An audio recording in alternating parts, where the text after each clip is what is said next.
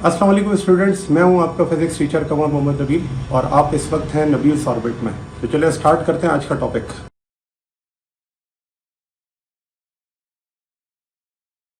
तो देखें, equation of motion को स्टार्ट करें। तो इक्वेशन ऑफ मोशन एक ऐसी इक्वेशंस हैं जो मोशन को डिस्क्राइब करती है, जैसा कि हमने पहले भी डिस्कस किया था।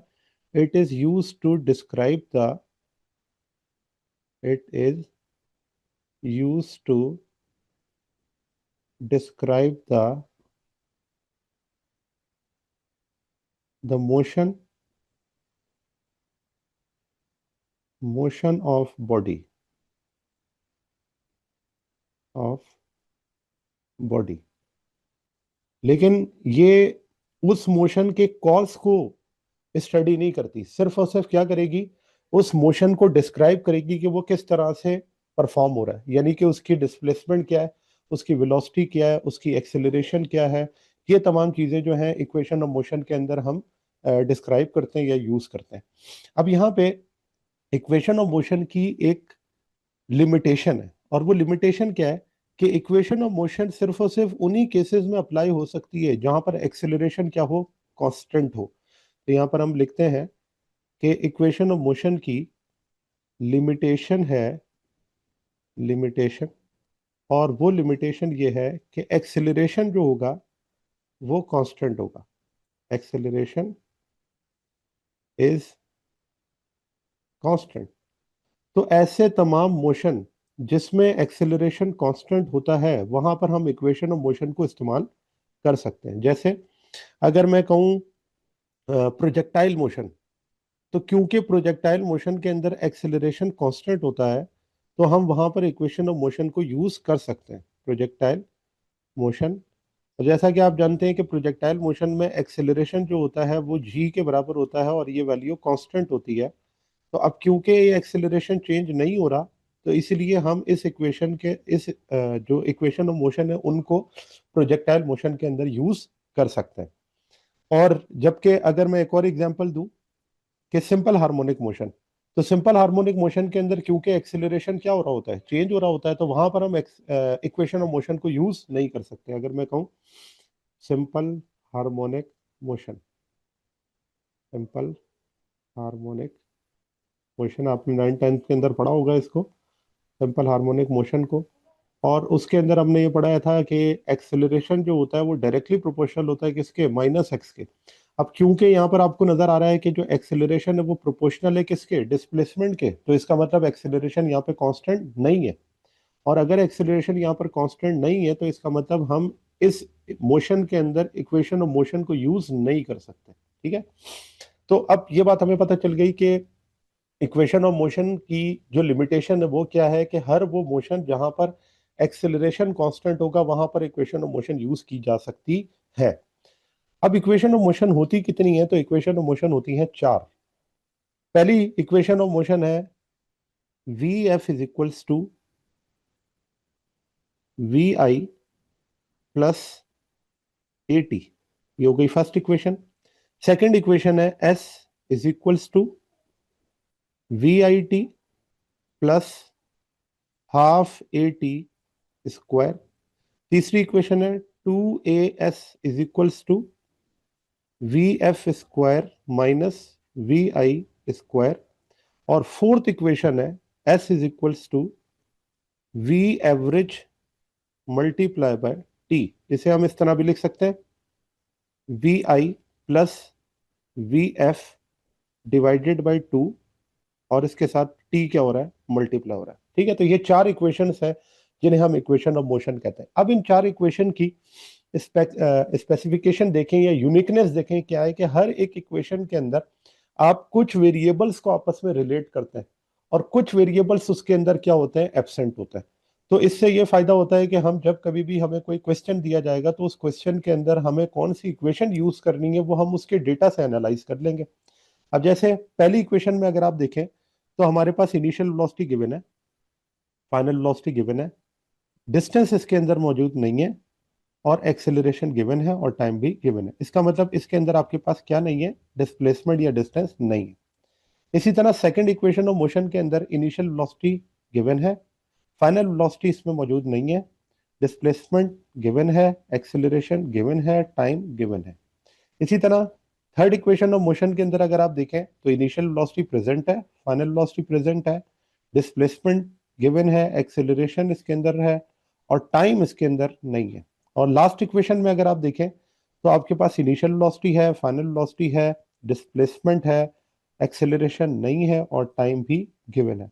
तो आप देखें कि चारों इक्वेशन की एक यूनिकनेस है और वो ये है कि एक इक्वेशन के अंदर डिस्प्लेसमेंट नहीं है, एक इक्वेशन के अंदर फाइनल वेलोसिटी रिक्वायर्ड नहीं है, एक में टाइम रिक्वायर्ड नहीं है और एक के अंदर एक्सेलरेशन रिक्वायर्ड नहीं है। ठीक है ना। तो जब कभी भी हमें कोई क्वेश्चन दिया जाएगा तो उसके अंदर डेटा से हम एनालाइज कर सकते हैं कि कौन सी इक्वेशन यूज हो सकती है, और ये भी हो सकता है कि एक से ज्यादा इक्वेशन क्या हो उस पर्टिकुलर केस के लिए क्या हो सके, अप्लाई हो सके। तो वो फिर आपको एनालाइज करना पड़ेगा कि कौन सी इक्वेशन सिंप्लीफाइड वे में आप इस्तेमाल कर सकते हैं और उसमें कॉम्प्लिकेशन नहीं आएंगी, तो वो फिर आप अपने हिसाब से यूज कर लेंगे उसको। ठीक है, तो ये चार इक्वेशन है।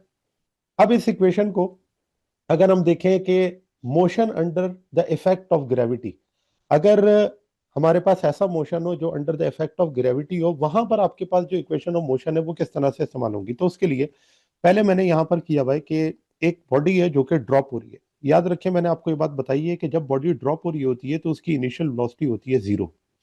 ठीक है, और जब वो आकर हिट करेगी सरफेस के साथ तो उसकी फाइनल वेलोसिटी क्या होगी, नॉन जीरो। ठीक है, यहां पर क्योंकि बॉडी मूव करके नीचे आ रही है तो उसका एक्सेलरेशन जो होगा वो जी के बराबर होगा और वो जी क्या होगा, पॉजिटिव में होगा। यहाँ पर जो डिस्टेंस आपका कवर हो रहा है वो डिस्टेंस किसके बराबर है, एच के बराबर है। ठीक है, ये आपके पास एक केस है जिसके अंदर बॉडी ड्रॉप हो रही है फ्रॉम सम हाइट एच, तो उसका डिस्प्लेसमेंट एच हो गया, एक्सेलरेशन जी हो गया, इनिशियल वेलोसिटी 0 हो गई और फाइनल वेलोसिटी नॉन जीरो। अब जरा सोचें कि वो जो चार इक्वेशन हमने लिखी हैं उनमें से एक इक्वेशन तो यहाँ यूज हो ही नहीं सकती। कौन सी इक्वेशन, जो फोर्थ इक्वेशन है जिसमें एक्सेलरेशन गिवन नहीं है। अब जिसमें एक्सेलरेशन नहीं है वो है फोर्थ इक्वेशन, इसको हम यूज नहीं कर सकते।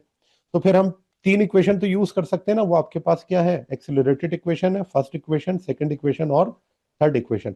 तो मैं फर्स्ट इक्वेशन को अब यहां पर किस तरह से लिख सकता हूं, तो मैं इस तरह से लिखूंगा कि जो आपके पास फर्स्ट इक्वेशन है उसमें अगर इनिशियल वेलोसिटी 0 है तो इसका मतलब जो इक्वेशन है वो क्या बन जाएगी, V F is equals to V I 0 हो गया तो इक्वेशन क्या बन गई, जी टी।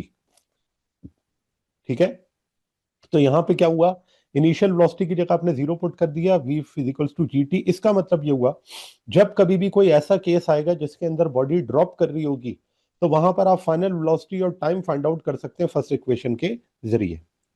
सेकेंड इक्वेशन के अंदर अगेन वी आई की जगह आप क्या पुट करते हैं, 0 पुट कर दें, तो फिर आपके पास इक्वेशन क्या बनेगी, एस की जगह आ जाएगा एच, वी आई टी 0 है तो खत्म हो गया, बचा क्या, हाफ जी टी स्क्वायर।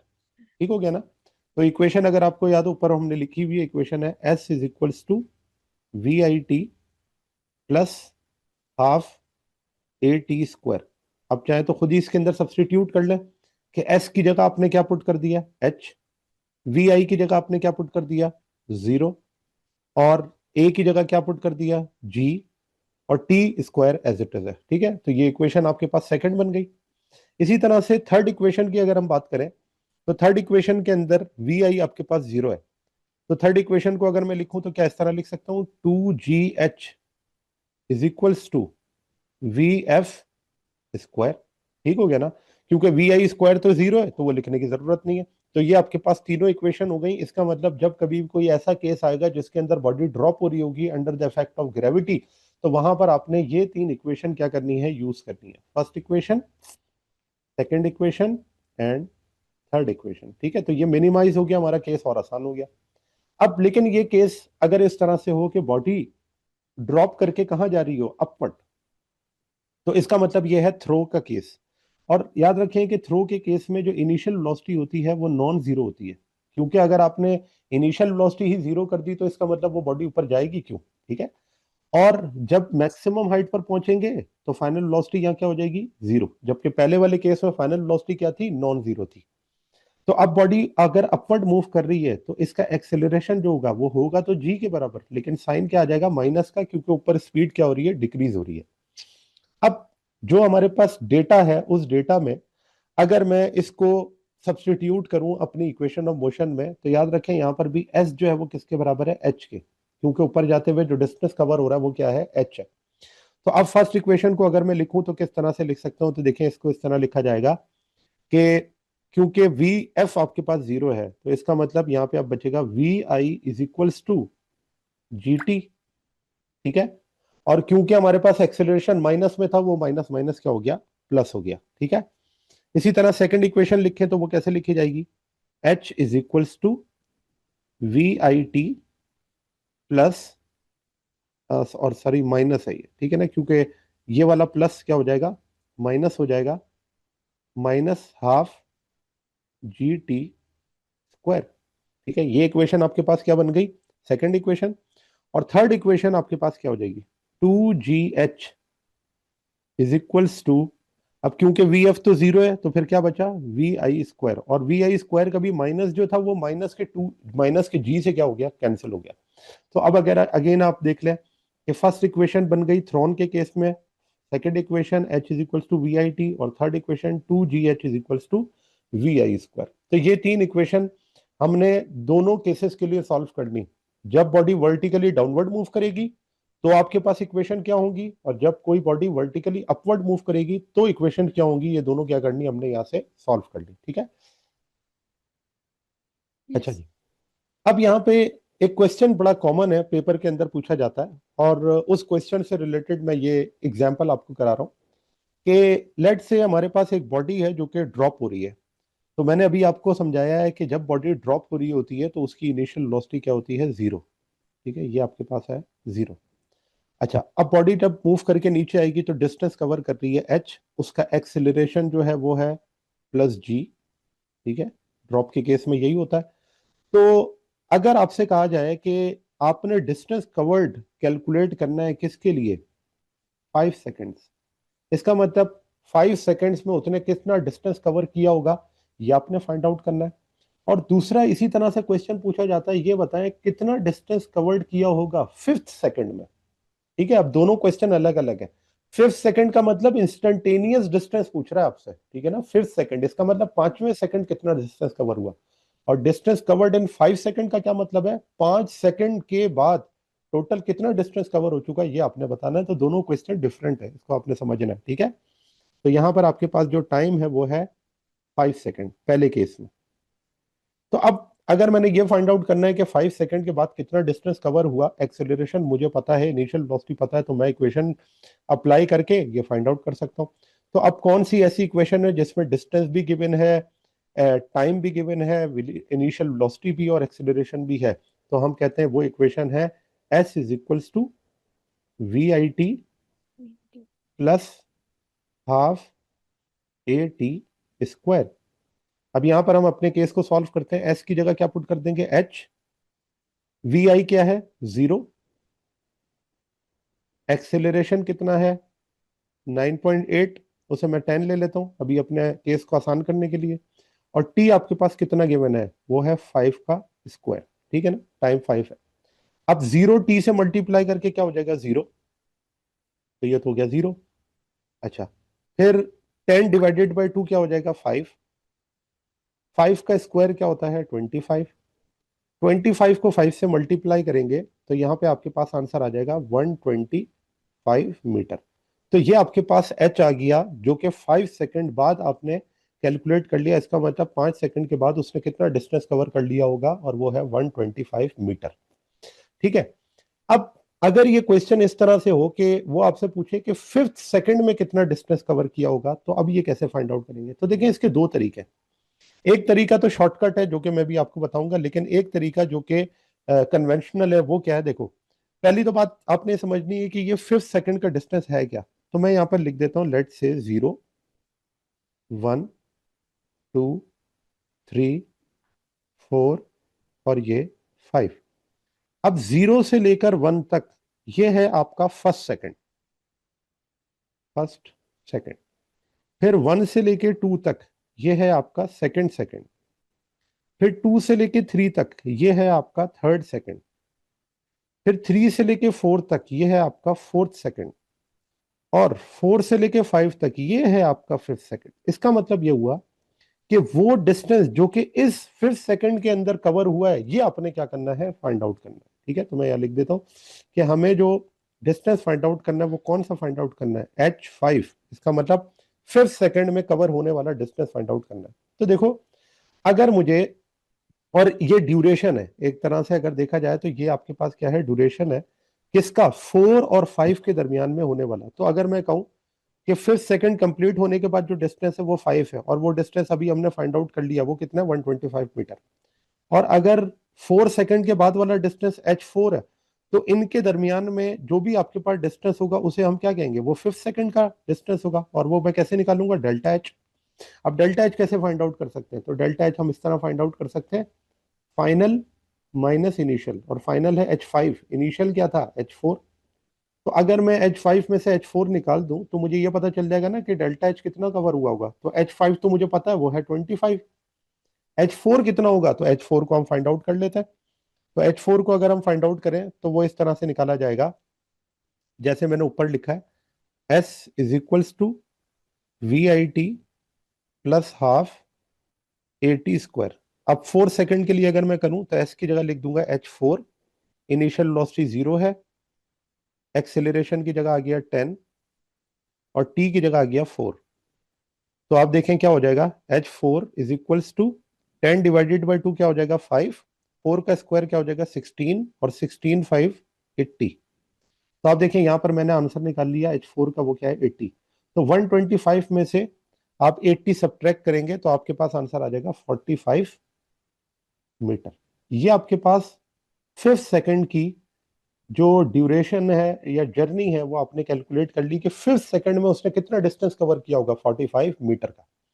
अब ये बड़ा कॉम्प्लिकेटेड है, वो इसलिए कि टाइम कंज्यूमिंग है। आप पहले h5 फाइंड आउट करोगे, फिर आप h4 फाइंड आउट करोगे, फिर दोनों को सब्ट्रैक्ट करोगे, आंसर आएगा। लेकिन इसका एक और भी सोल्यूशन है, और वो सोल्यूशन ये है कि हम एक शॉर्टकट यूज करते हैं इस क्वेश्चन में, और वो शॉर्टकट ये है कि इस इक्वेशन को हम इस तरह से लिखते हैं, S N is equals to V I plus A divided by two N minus one. ये हमारे पास फार्मूला यूज होता है nth सेकंड को डिस्टेंस फाइंड आउट करने के लिए। nth सेकंड का डिस्टेंस कभी भी फाइंड आउट करना होगा, हम ये शॉर्टकट यूज कर सकते हैं। और इस शॉर्टकट के अंदर अगर आप देखें कि हम अपने केस को अप्लाई कर कर जरा देखते हैं कि क्या हमारा आंसर आ रहा है सही या नहीं। तो अब हम क्योंकि 5th सेकंड का डिस्टेंस फाइंड आउट कर रहे हैं, मैं लिख देता हूँ s5। ठीक है, वी आई आपके पास क्या है, 0, एक्सेलरेशन क्या है, 10 डिवाइडेड बाई 2, टू एन की जगह क्या आ जाएगा, 5, ये हो गया -1। तो अगर आप देखें तो 10 डिवाइडेड बाई 2 क्या बचेगा, 5, 2 5 ज़ा 10 -1, 10 -1 कितना हो जाएगा, 9, 5 मल्टीप्लाई बाय 9 कितना आ जाएगा, 45। अगर आप देखें तो ऊपर भी यही आंसर आया ना, 45 मीटर। इसका मतलब ये है कि 5th सेकंड के अंदर उसने अपना कितना डिस्टेंस कवर किया होगा, वो डिस्टेंस है 45 मीटर। ठीक है, तो ये शॉर्टकट है। अगर आपको ये शॉर्टकट याद रहा तो आप इससे सॉल्व कर दें, ना याद रहे तो वो जो लॉन्ग मेथड है उससे भी सॉल्व किया जा सकता है, आंसर दोनों से सेम आएगा। ठीक है ना, ले रहे हैं यहां तक बात। यस। अच्छा, अब इसी तरह से दो क्वेश्चन से इनको सॉल्व करके और फिर हम नेक्स्ट टॉपिक पे जाएंगे। तो अभी जो मैंने आपको बताया शॉर्टकट टू फाइंड nth, जो आपके पास सेकंड है, उसके लिए जो हमने फार्मूला लिखा वो फार्मूला ये था, S N is equals to V I, और यहां पर हम प्लस जो एक्सेलरेशन है वो एक्सेलरेशन, क्योंकि दोनों केसेस में पॉजिटिव नेगेटिव दोनों हो सकता है, तो इसलिए मैंने प्लस माइनस लगा दिया। वो डिपेंड करेगा कि आपका केस क्या है, उस केस में पॉजिटिव लगाना है या नेगेटिव लगाना है। इसका मतलब बॉडी अपवर्ड मोशन परफॉर्म कर रही है या डाउनवर्ड कर रही है, या फिर ये भी हो सकता है कि बॉडी एक्सेलरेट कर रही है या डिसेलरेट कर रही है। तो आपने पॉजिटिव एक्सेलरेशन यूज करना है कब, जब आपके पास बॉडी क्या कर रही हो, एक्सेलरेट कर रही हो, एक्सेलरेट। और आपने नेगेटिव एक्सेलरेशन या ए को नेगेटिव लेना है कब, जब बॉडी क्या कर रही हो, डिसेलरेट कर रही हो। अब चाहे वो वर्टिकल मोशन हो या हॉरिजॉन्टल मोशन हो, दोनों मोशन में एक्सेलरेशन डिसेलरेशन के लिए आपने पॉजिटिव और नेगेटिव ए को यूज करना है। अच्छा, अब अगेन यहाँ पर एक क्वेश्चन है और इस क्वेश्चन को हम सॉल्व करते हैं। तो देखें, इसमें यह है कि distance covered in 1 second, 2 second और 3 सेकेंड। एक बॉडी है जो कि ड्रॉप हो रही है, ड्रॉप हो रही है तो अगेन हमें पता है इनिशियल वेलोसिटी क्या होगी, इसकी 0 होगी। ये बात हमें पता होती है ड्रॉप के केस में। बॉडी नीचे आ रही है तो एक्सेलरेशन इसका क्या होगा, पॉजिटिव जी होगा। ए इज इक्वल्स टू प्लस जी, क्यों? क्योंकि बॉडी नीचे आते हुए एक्सेलरेट कर रही है। फाइनल वेलोसिटी इसके अंदर क्या होती है, नॉन जीरो, क्योंकि बॉडी जब आके हिट करेगी तो उसकी जो फाइनल वेलोसिटी होगी वो नॉन जीरो होगी। अब कितना डिस्टेंस कवर करेगी फर्स्ट सेकंड में, सेकंड सेकंड में और थर्ड सेकंड में, ये आपने फाइंड आउट करना है। अभी हम जो है वो nth सेकंड की बात नहीं कर रहे, यानी कि distance covered in first second, second second और थर्ड सेकंड की बात नहीं कर रहे हैं। हम कह रहे हैं एक सेकंड में कितना डिस्टेंस कवर हुआ, 2 सेकंड में टोटल कितना डिस्टेंस कवर हुआ, 3 सेकंड में टोटल कितना डिस्टेंस कवर हुआ, इसका हमने रेशियो फाइंड आउट करना है। तो देखें किस तरह से फाइंड आउट करेंगे कि अगर मैं डायरेक्टली यहाँ पे फार्मूला लगाऊं, ऊपर हमने ये पढ़ा है कि जब कोई भी बॉडी ड्रॉप हो रही होती है, तो मैं आपको जरा फार्मूला इसका रिमाइंड करा दूं कि जब कभी भी कोई बॉडी ड्रॉप हो रही होती है तो हम सेकंड इक्वेशन ऑफ मोशन को यूज कर लेते हैं। देखें ये सेकंड इक्वेशन है और किसके बराबर है, V H is equals to half G T square. तो हमने क्या करना है, इसी इक्वेशन को यूज करना है अपने केस में। टाइम हमें गिवन है, जी की वैल्यू कांस्टेंट है, हम क्या करेंगे, डिस्टेंस फाइंड आउट कर लेंगे। तो आते हैं वापस, तो यहाँ पे अब मैं फाइंड आउट करता हूँ और मैं डायरेक्टली फार्मूला अप्लाई कर रहा हूँ, और वो फार्मूला कौन सा है, हाफ जी टी स्क्वायर। ठीक है ना, ये आपके पास है डिस्टेंस को फाइंड आउट करने का फार्मूला। अच्छा, तो अब अगर पहले केस में अप्लाई करूं तो देखें किस तरह लिखूंगा, हाफ जी की जगह आ जाएगा 10 और टी आपके पास है 1, 1 का स्क्वायर क्या हो जाएगा 1। इसी तरह हाफ जी की जगह आ जाएगा 10 और टी 2 है, 2 का स्क्वायर 4। फिर हाफ जी की जगह आ जाएगा 10 और 3 का स्क्वायर क्या है 9 है। ठीक है, अब आप क्या कर लें कि यहां पर आपको नजर आ रहा है कि तीनों में 1/2 और 10, 1/2 10 एंड 1/2 10, तीनों में क्या है, कॉमन है। इसका मतलब इसको हम क्या कर सकते हैं, यहां से कैंसिल आउट कर सकते हैं, तीनों में सेम है। अच्छा, तो फिर हमारे पास क्या बचा, फिर हमारे पास बचा 1/4/9। तो ये हमने क्या कर लिया, रेशो फाइंड आउट कर लिया कि 1 सेकेंड, 2 सेकेंड और 3 सेकेंड के अंदर कितना डिस्टेंस कवर हुआ होगा, उसका रेशो 1/4/9। अब आते हैं अगले केस पर, जो कि हमने कहा कि अब फर्स्ट सेकंड में कितना डिस्टेंस कवर हुआ, फिर सेकंड सेकंड यानी कि दूसरे सेकंड की बात कर रहे हैं कि उस दूसरे सेकंड की ड्यूरेशन में कितना डिस्टेंस कवर हुआ, फिर थर्ड सेकंड के ड्यूरेशन में कितना डिस्टेंस कवर हुआ। फार्मूला आपके सामने गिवन है। इनिशियल वेलोसिटी अगर 0 है तो हम डायरेक्टली यहाँ पर जो फार्मूला अप्लाई करेंगे वो क्या होगा, तो हम इसे शॉर्टकट में इस तरह अप्लाई करेंगे ना, इनिशियल वेलोसिटी तो 0 है तो एक्सेलरेशन डिवाइडेड बाय 2, और यहाँ क्या आ जाएगा 2n-1। तो हमने इस इक्वेशन को क्या करना है, यूज करना है इन तीनों में। तो अब मैं डायरेक्टली इसके अंदर यूज करता हूँ, देखें इस तरह से कि पहले वाले में मैं लिख देता हूँ 10/2, 2 n की जगह क्या आ जाएगा 1 और -1। ठीक है, इसी तरह 10/2, 2 2 4 और ये -1। इसी तरह से 10/2, 2 3 6 और -1। अब आप देखें अगेन यहाँ पर 10/2, 10/2, 10/2, ये क्या है, सेम है, तो ये तो हो जाएंगे कैंसिल। तो फिर क्या बच गया, 2 1 2 -1, रेशो क्या आ गया 1, 4 - 1 3 एंड 6 - 1 5। तो ये आपके पास क्या आ गया, रेशो आ गया कि जब हमें फर्स्ट सेकंड, सेकंड सेकंड और थर्ड सेकंड की जर्नी के बारे में पूछा जाएगा तो हम किस तरह से इस इक्वेशन या शॉर्टकट को यूज करके उसे फाइंड आउट कर सकते हैं। ठीक है, तो ये आपके पास होती हैं इक्वेशन ऑफ मोशन, जो कि हम डिफरेंट केसेस के अंदर यूज करते हैं depending on the given data. Data क्या गिवन है उस हिसाब से आप क्या कर लेंगे, इसको इस्तेमाल कर लेंगे। क्लियर है यहाँ तक? जी स्टूडेंट्स, तो ये था आज का हमारा टॉपिक। उम्मीद है आपको टॉपिक समझ आया होगा। अगर आप नबील्स ऑर्बिट में रहना चाहते हैं तो सब्सक्राइब करें और नई आने वाली वीडियोस के लिए बेल आइकन प्रेस करें। Thank you very much. अल्लाह हाफिज़।